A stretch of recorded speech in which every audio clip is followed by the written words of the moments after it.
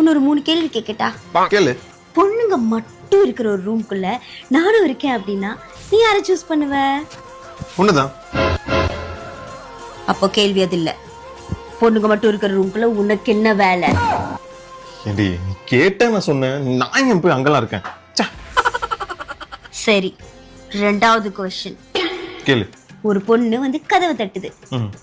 நீ ஓபன் பண்ணுவியா மாட்டியா? சத்தியமா பண்ண மாட்டேன்.